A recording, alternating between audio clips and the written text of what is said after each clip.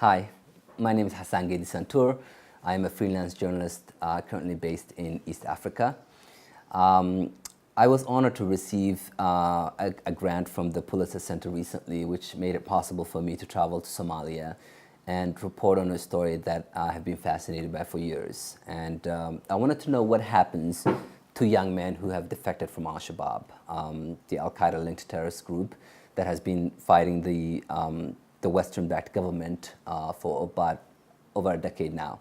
And there are thousands of young men who have over the years defected from al-Shabab, and I wanted to know what happens to these young men. Are they able to put their lives back together after what is often a very violent and traumatic experience? And once they get out, how are they treated by their families, by their communities, and by society at large? So in May of this year, I traveled to Mogadishu and surrounding areas, such as the farming town of Afgoye, and I interviewed 3 defectors, and I interviewed a man who runs an NGO who has helped these 3 young men, as well as government officials and human rights experts. And what I've learned is that the problem is actually much bigger than I had ever imagined.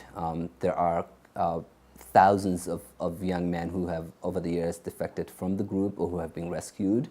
The UN estimates that there are 6,000 kids who have over the years been abducted or coerced or indoctrinated by al-Shabab.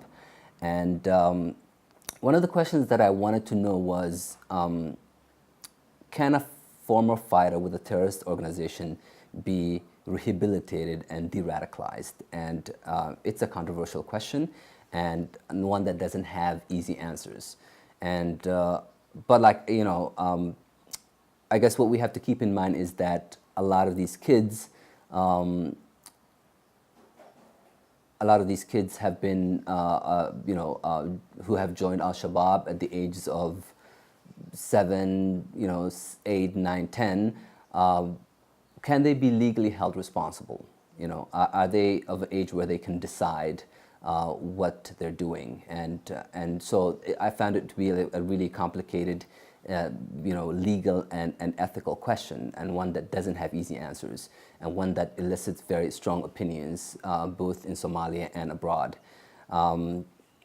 And one that I was very glad to have the opportunity to report on, thanks to the grant from the Pulitzer Center for Crisis Reporting. And just wanted to say thank you to the Pulitzer Center, and you can read my feature story on Yahoo News.